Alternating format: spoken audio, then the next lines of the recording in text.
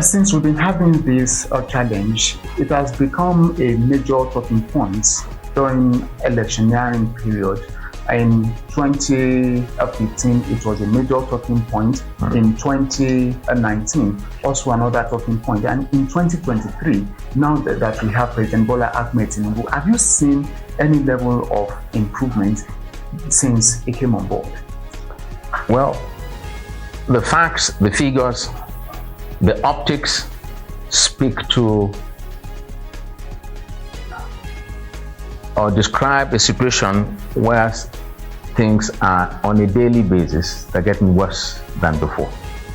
I remember that on a platform of old classmates in which I belong, 6 months after this government took off and I had done my own studies, my own analysis, I wrote to them on the platform and I said, look, for now, I am resting my intervention on the platform because I've reached a conclusion that this government is not capable of maintaining security. And look, this is the third year of the government.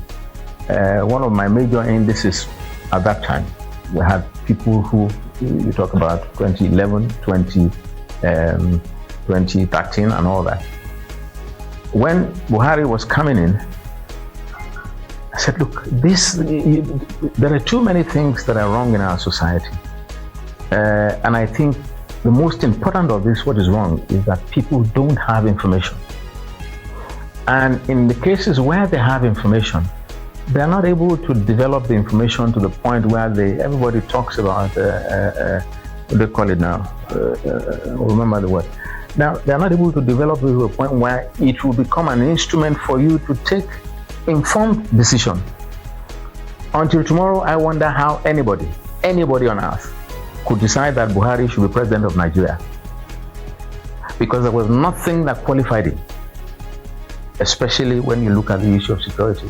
So I told my classmates, look, listen, you remember there was a season where they talked about state police, and I told them it's not going to happen.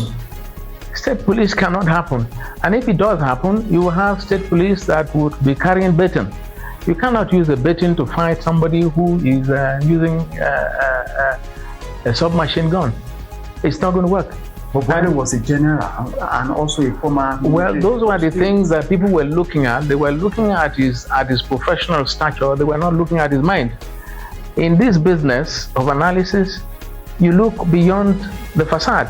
You look and read the mind of the person you are dealing with. That's how you collect intelligence. Look, somebody says to you, sit down there. Okay, but in telling you sitting down there, if you watch his eyes, what he's really telling you is to get out of this place. That's what intelligence is about. So, for instance, I would hate to mention his name, but if he occurs to me, I would say there was an admiral or rear admiral or whatever in the Navy who was very popular online. He went viral over time when he was talking about Buhari's presidency in the early days. And I said, he was supposed to be a deputy director level or something in military intelligence. And I said, if people in military intelligence do not know that Buhari does not qualify to be president of Nigeria, then we're in trouble. You're talking about Commander Kunle Olawumi. Exactly. He's the one who told us boastfully that he was one of those people who were talking to them when they were in Harvard, meeting government officials from America and telling them they had to be Buhari. How can it be Buhari? Why should it have been? In any case, if there was doubt at that time, now we know that the man was a fake. He was a dishonest Nigerian. That's Mr. Buhari. I'm saying that, I know I'm on camera. He was a dishonest Nigerian. He didn't have any commitment to this country. And we saw that. We saw many things that he did points to the fact that he never had his mind on Nigeria. And I told my friends, I said, look, listen, this man wants your land for his Fulani people. Then you want him to create state police